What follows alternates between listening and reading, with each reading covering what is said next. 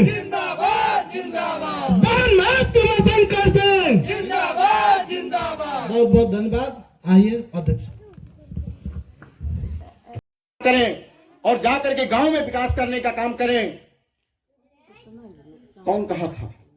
ये माननीय श्री कांशीराम साहब कहते इस प्रदेश और देश का हुक्मरान बनाना चाहता हूं, और माननीय श्री कांशीराम साहब के जिंदा रहते हुए ही बहन जी को इस प्रदेश का मुख्यमंत्री बनाने का काम माननीय श्री कांशीराम साहब जी ने किया था। और आज हम पूछते हैं, हमने पहले ही बताया, हम कोई भी कार्यक्रम होने से पहले बाबा साहब डॉक्टर बी.आर. अम्बेडकर और माननीय श्री कांशीराम साहब को हम चित्र में पुष्पांजलि करते हैं, तत्पश्चात कार्यक्रम आगे बढ़ाते हैं। हम बाबा साहब डॉक्टर बी.आर. अम्बेडकर को भगवान मानते हैं, माननीय श्री कांशीराम साहब को भगवान मानते हैं। यदि वो पैदा नहीं हुए होते, हम इतना दमदारी से आपके बीच में आप न आते और न हम बोलते, न आप आते और न हम बोलते। कोई आता नहीं, जा करके किसी गांव में खेतों में हम सब काम कर रहे होते। लेकिन धन्य है बाबा साहब डॉक्टर बी.आर. अम्बेडकर और माननीय श्री कांशीराम साहब जो हमें राजपाट। सुप्रीम कोर्ट ने संविधान को संशोधित किया। क्या किया? जो एसी और एसटी को जो अधिकार जो मिला था, उस अधिकार में भी कैटेगरी बना दिया। आपको यदि सरकार नहीं करेगी तो दूसरा भी करेगा, और दूसरा नहीं करेगा तो सरकार करेगी। इसलिए हमें गलतफहमी में नहीं रहना होगा। यदि हम गलतफहमी में हो जाएंगे कि हम इसी तरह वोट देते रहेंगे, हमारा अधिकार इसी तरह मिलता रहेगा। यह अधिकार संविधान से चल रहा है, और संविधान को कोई खत्म तो नहीं कर सकता, लेकिन संविधान को निश्चित ही सरकार धीरे धीरे करके संशोधित कर सकती है। और जब संशोधित कर देगी, आप बताइए, आप जानते थे कि 500 और 1000 का नोट बंद हो जाएगा? किसी को पता था? लेकिन इस देश के प्रधानमंत्री आदरणीय श्री नरेंद्र मोदी जी आते हैं और 5 मिनट के भाषण में कहते हैं कि 500 और 1000 की नोट नहीं चलेगी। वो नोट बंद हो गई।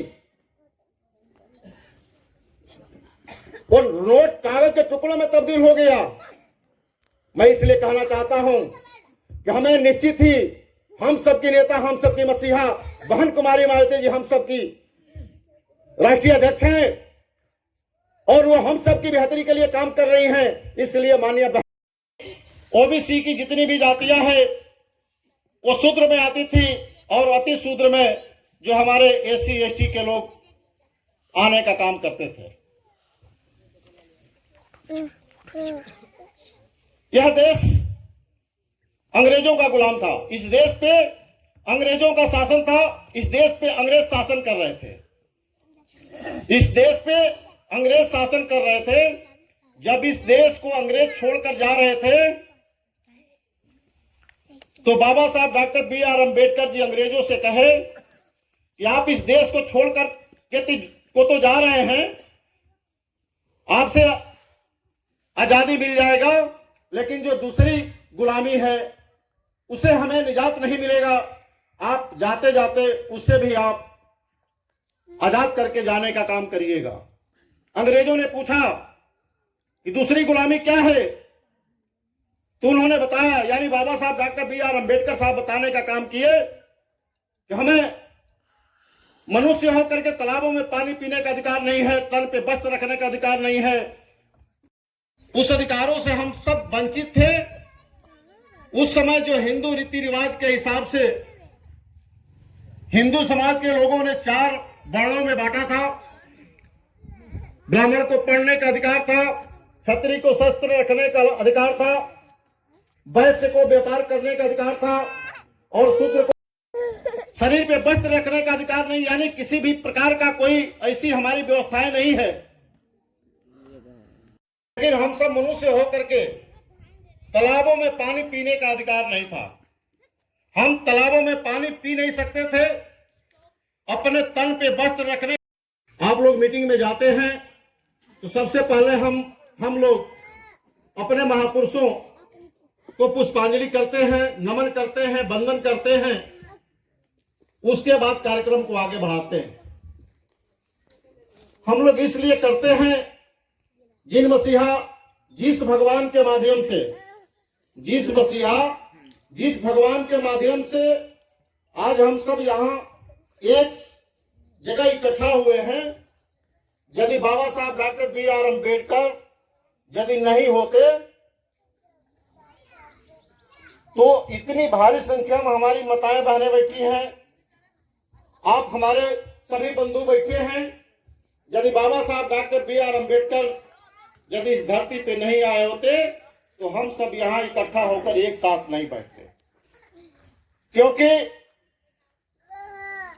व्यवस्था उस समय का ठीक नहीं था। उस समय वोट देने का अधिकार नहीं था। 1952 से पहले हम सबों को वोट देने का अधिकार नहीं था। जब संविधान बना तब से हम लोगों को 1952 में वोट देने का अधिकार मिला, लेकिन उससे पहले हम सब मनुष्य होकर के भी जानवरों जैसा जिंदगी जीने का काम करते थे। मनुष्य होकर के जानवरों जैसा हम लोग जिंदगी जीने का काम करते थे। माननीय बहन जी का विशेष निर्देश लेकर के आए हैं, उस निर्देश को सुन करके आप लोग जाने का काम करिएगा।